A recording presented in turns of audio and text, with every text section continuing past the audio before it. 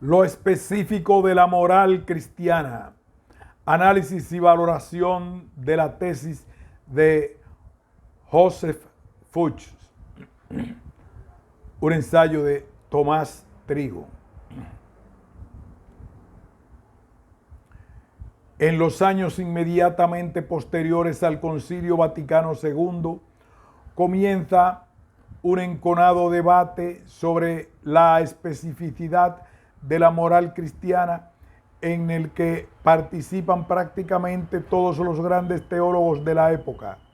La cuestión debatida no es si el mensaje moral cristiano aporta o no alguna novedad respecto a otras morales filosóficas o religiosas, sino el alcance de tal novedad. Se discute si la moral predicada por Cristo constituye un cuerpo plenamente específico o si, por el contrario, dicha especificidad se refiere exclusivamente a algún aspecto que debería señalarse como el proprium o el novum de la ética cristiana. Entre las causas que originan la polémica, la más notable es el fenómeno de la secularización y concretamente la sustracción de las ciencias y la política al influjo de la religión y la ética. En estas circunstancias, muchos católicos se preguntan cómo han de vivir las realidades temporales, cuáles son las implicaciones de su fe en su vida familiar, profesional, social, política o económica, y qué valor tiene el magisterio eclesiástico en las cuestiones morales que se plantean en estos ámbitos. No bastaría una ética humana, natural, racional, para solucionar los problemas humanos. ¿En qué difiere la ética enseñada por Cristo y propuesta por la Iglesia de la ética simplemente humana, es decir, de aquella que se basa en el ser y en la dignidad del hombre? ¿Cuál es el elemento que caracteriza a la ética cristiana como cristiana y qué constituye, por tanto, su aportación propia, específica y original? Aunque el debate parece producirse de modo casi repentino, la identidad de la moral cristiana venía siendo una preocupación de muchos moralistas católicos a lo largo de todo el siglo XX. Por diversos motivos, la evolución de la teología moral había llevado a una presentación de esta disciplina en lo que no resultaba fácil reconocer lo genuino del mensaje moral predicado por Cristo. Algunos teólogos denunciaron esta deficiencia y propugnaron una renovación de los planteamientos para que la enseñanza de la moral girase sobre sus ejes específicos. En los intentos de renovación no faltaron vacilaciones y discusiones respecto al enfoque más acertado, de modo que cuando llegó el momento de dialogar con otras éticas filosóficas y religiosas en el marco de un mundo secularizado, la teología moral que se enseñaba habitualmente no constituía un instrumento adecuado. Este es otro de los motivos que impulsan la polémica. Uno de los autores que intervienen más activamente en la discusión es J. Fuchs. Su propuesta aparece en los años inmediatamente posteriores al Concilio Vaticano II como novedosa, y casi todos los autores que tratan el tema de la especificidad a lo largo de los años 70 y 80 la tienen en cuenta para defenderla o criticarla. La moral cristiana y la vocación de los fieles en Cristo.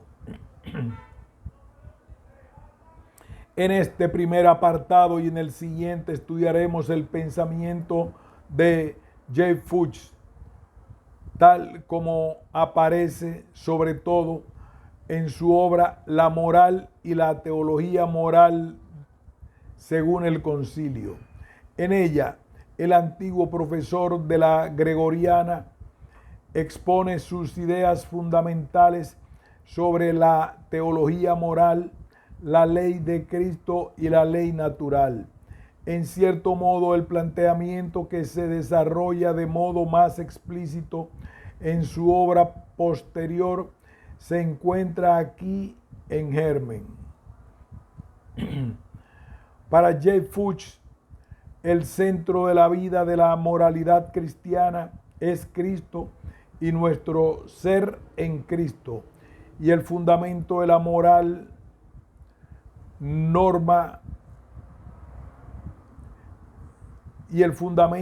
norma moral es nuestro ser de hombres cristianos y sacramentales.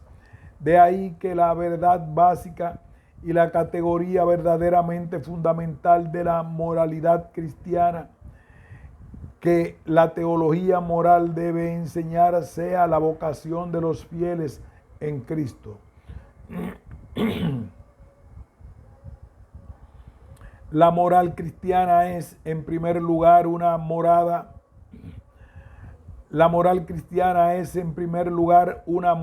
de la llamada en la persona de Cristo a la salvación y al mismo tiempo a vivir la vida correspondiente con la salvación, es decir, la vida perfecta en caridad a ejemplo de la vida de Cristo. Y también evidentemente aquellas obras de vida cristiana con las cuales cada uno según su condición debe manifestar su inclinación a la perfección en Cristo. La vocación cristiana es, por tanto, un don, una gracia, pero también la exigencia y el imperativo de vivir como liberados y como llamados a la salvación cristiana.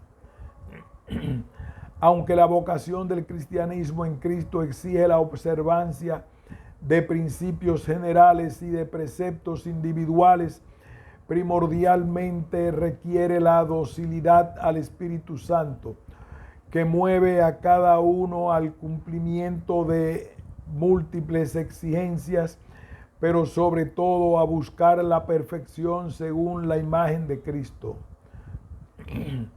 El Espíritu Santo nos hace ante todo creer, esperar y amar, y opera en nosotros nuestra total entrega a Dios y a la salvación en Cristo, que es lo que constituye el fundamento de toda moral cristiana.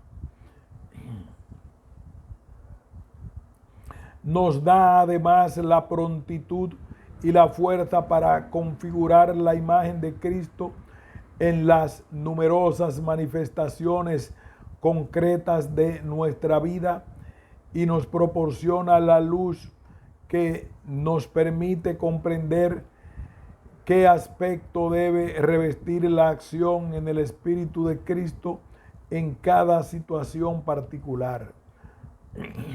La moralidad cristiana se manifiesta primariamente como Espíritu de Cristo que actúa en nosotros y secundariamente como decisiones y preceptos que afectan al cristianismo. El Espíritu de Cristo que vive y actúa entre nosotros y el mismo Espíritu que se expresa en disposiciones y preceptos son los que conjuntamente constituyen la ley de Cristo. La ley de Cristo no está en contradicción con el orden moral natural con los preceptos del Evangelio ni con las legítimas prescripciones de la autoridad humana. Todas estas leyes tienen vigencia en la ley de Cristo, pero no son su elemento primario, sino secundario, que está en íntima relación con la gracia y que indica valores y estructuras de acción en los que han de manifestarse la gracia.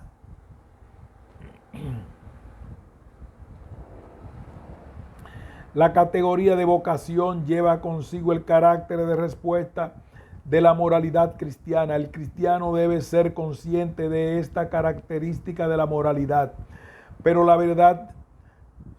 verdadera respuesta a la vocación en Cristo surge, según nuestro autor, de aquel centro del corazón humano donde el hombre en libertad elige no este o aquel bien o mal, sino la disponibilidad de su ser personal para el bien o el mal. Es decir, cuando elige la fe, la caridad y el seguimiento de Cristo a la no aceptación de la llamada.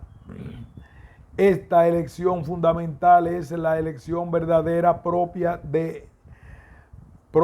más central, por tanto, que todas las confesiones internas o externas de la fe, de la caridad o del seguimiento de Cristo, que a fin de cuentas no son más que la expresión de aquella disponibilidad decisiva.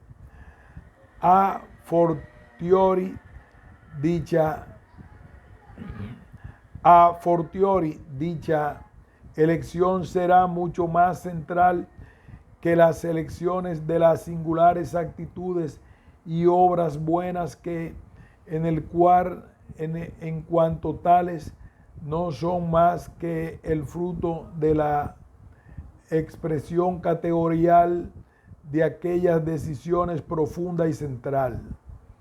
Por este motivo, el factor determinante de la comunión de amor con el Padre y por tanto, desde el factor determinante de la comunión de amor con el Padre y por tanto de la salvación, no será el hecho de que la obra categorial sea una obra buena, sino el esfuerzo sincero y moralmente posible por realizar en una obra verdaderamente buena la decisión profunda y central de fondo.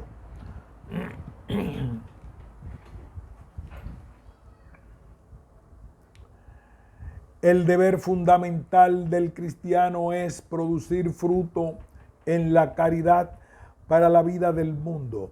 Dicho fruto de la vocación cristiana consiste en obras diversas, pero principalmente en el amor por los hombres que componen este mundo. Fuchs distingue, siguiendo a Karl Rahner, un amor a Dios original y primitivo de tipo trascendental, de un amor a Dios explícito o categorial. El primero hace posible el amor explícito o categorial al prójimo y al mismo tiempo inmediatamente hace explícito a la manera del amor prójimo, el amor a Dios. Por tanto, el amor explícito a Dios es posible solo a causa del amor explícito, ya real, a posible a las personas humanas. En consecuencia, ni se trata de saber cuál ha de ser nuestra aportación para la vida del mundo, concluye Fuchs. Hay que mostrar qué vocación en Cristo o amar al Padre no implica nada más ni nada menos que dar por la vida del mundo el mismo amor al mundo, o sea, a los hombres. la moral humana en la moral de Cristo. Como hemos visto más arriba, Fuchs afirma que la ley de Cristo no entra en contradicción con la ley moral natural fundada en el ser del hombre en cuanto tal, sino que la incluye. El hombre real es hombre creado en Cristo y llamado a la salvación. Por tanto, la ley natural tiene que estar en conexión con Cristo y con su gracia. Una consecuencia de esta realidad es que, propiamente hablando, no se dan dos morales, la moral cristiana y la moral de la pura ley natural.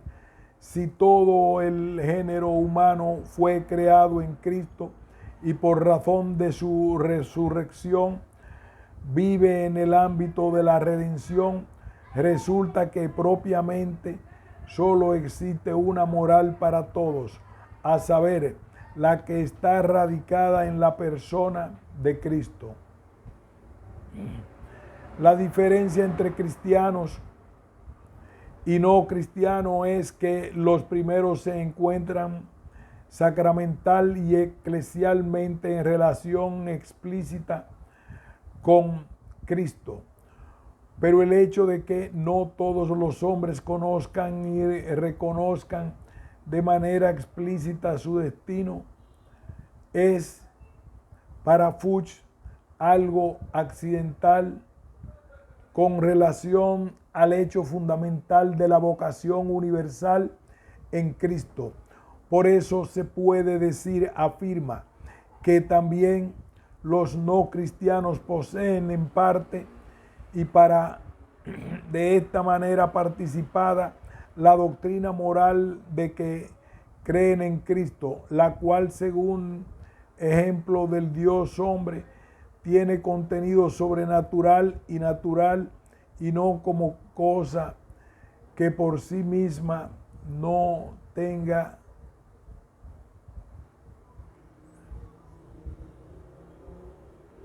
y no como cosa por sí misma no les sea propia, sino como algo que propiamente les pertenece. Si se enfocan así las cosas, prosigue el autor, la auténtica buena moralidad de los no cristianos es objetivamente, aunque sin la conciencia explícita de cristianos, una parte auténtica participación en la realización de la moral cristiana y eclesial, y por otra está el servicio de la gracia y del reino de Cristo, pues puede estar y de hecho está con frecuencia informada y penetrada por la caridad cristiana a la manera de una percepción no explícita, no refleja en el centro más íntimo del alma.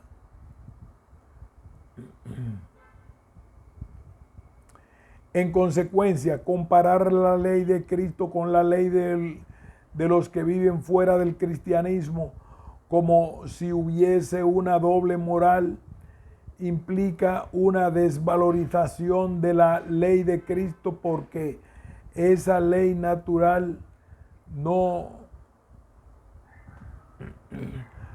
se da en cuanto tal, no subsiste en sí misma, sino que está integrada el todo que constituye el orden y la ley de Cristo. Por tanto, solo existe una única ley para todos los hombres, la ley de Cristo. Tratando de explicar un poco más su pensamiento, afirma nuestro autor que si concebimos el ser del hombre como algo querido por Dios por razón del ser en Cristo, podemos decir que lo primero, quod se no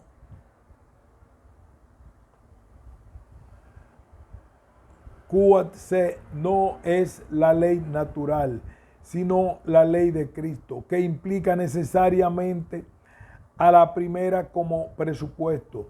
Sin embargo, quod nos ocupa siempre el primer lugar de la ley natural, a la que vemos añadirse otros elementos por parte de lo sobrenatural de la palabra hecha hombre, del llamamiento de la gracia, a los que no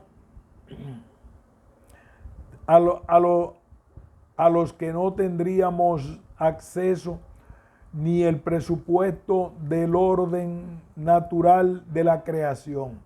Por tanto, cuando se considera la ley natural, se debe perder de vista,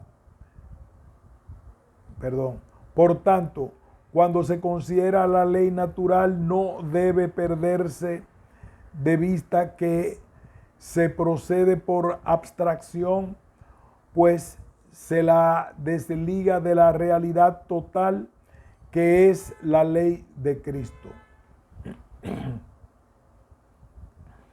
Por otra parte, y esto es de especial importancia cuando se trata de la cuestión de la continuidad entre la ley natural y la ley de Cristo. La ley natural se refiere propiamente a la naturaleza pura.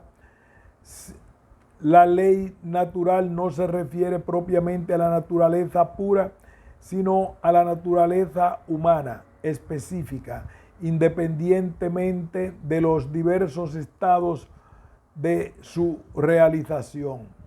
Por eso, el hecho de que determinados imperativos como el sermón de la montaña nos resulten duros no se debe tanto a la relación entre ley de Cristo y ley natural, sino sobre todo a la relación entre la ley de Cristo y el hombre carnal. La cuestión fundamental para Fuchs no es que la distinción entre la moral cristiana y la moral humana, entre la ley de Cristo y la ley natural, sino la diferencia entre la moral del hombre nuevo, que es la moral cristiana, y al mismo tiempo verdaderamente humana, y la moral del hombre viejo, no redimido y cerrado en su yo egocéntrico, que es en último término una moral inhumana, incapaz de realizar la índole interpersonal y comunitaria del hombre. Bajo este punto de vista, la vocación en Cristo es liberación para la autenticidad humana y para una moralidad digna del hombre. La ética y la doctrina moral esencial correlativa existe del comportamiento del hombre o digno del hombre. Si hombres que no sea inhumano, sino humano, o digo del hombre. Si la vocación en Cristo debiese postular una doctrina moral que impusiese al hombre en un mundo de los hombres con comportamiento diferente de la auténtica humanitas, los cristianos se convertirían en una secta con una iglesia encerrada en el gueto. La convivencia y la cooperación con los hombres de buena voluntad en la construcción de la sociedad humana no serían posibles. Esto no excluye, como veremos más adelante, que los cristianos tengan nuevas y eficaces motivaciones para actuar para su actuar moral, ni que la gracia ayude a encontrar más fácilmente formas humanamente genuinas del comportamiento, ni siquiera determinados modos de un obrar específicamente cristiano, como la virginidad, propter regnum coelorum, la docilidad a los impulsos del Espíritu, las obras que brotan por amor por el Señor crucificado, etc. Los dos elementos de la moralidad. En los apartados siguientes estudiaremos el pensamiento de Fuchs, tomando como base sobre todo su obra Existe til un morale chrétienne, en la que trata de adoptar la perspectiva Gaudium et Spes. En cuanto esta constitución aborda el problema de saber qué forma de desarrollo del hombre puede valer como justo testimonio desde el ser cristiano y del amor, Fuchs distingue en la moral cristiana dos elementos esencialmente diferentes, pero íntimamente relacionados. El elemento categorial que se refiere al compromiso, el elemento categorial que se refiere al comportamiento particular en el que se realizan los valores virtuales y normas de diferentes categorías, justicia, fidelidad, castidad, etc. Fuchs distingue en la moral cristiana dos elementos esencialmente diferentes, pero íntimamente relacionados. A. El elemento categorial, que se refiere al comportamiento particular en el que se realizan los valores, virtudes y normas de diferentes categorías, justicia, fidelidad, castidad, etc. B. Elemento trascendental, es decir, las actitudes y normas trascendentales que penetran y sobrepasan las diferentes categorías morales y conciernen al hombre como totalidad. Se trata de comportamientos como la fe, el amor, el consentimiento a la redención, la vida como sacramento, la imitación de Cristo, etc. Mientras la moralidad categorial se refiere al compromiso de la persona en un acto de categoría moral precisa, la moralidad trascendental se refiere al hecho de que en un acto moral el compromiso de la persona se realiza en cuanto entidad. La moralidad trascendental considera la moralidad de las personas en sí mismas, mientras que su particularidad categorial se pronuncia sobre la moralidad de los actos en su particularidad específica. A partir de esta distinción previa, Fuchs se plantea el problema de la especificidad de la moral cristiana en la siguiente manera. ¿Existen comportamientos categoriales específicamente cristianos o por el contrario, los comportamientos del cristiano se identifican con los comportamientos auténticamente humanos en los diferentes ámbitos de la vida? Cualquiera que pueda ser la respuesta a la pregunta formulada, Fuchs afirma que una cosa es clara: el elemento propio y específicamente cristiano de la moral cristiana no hay que buscarlo en el primer lugar en las Cualquiera que pueda ser la respuesta a la pregunta formulada, Fuchs afirma que una cosa es clara: el elemento propio y específicamente cristiano de la moral cristiana no hay que buscarlo en primer lugar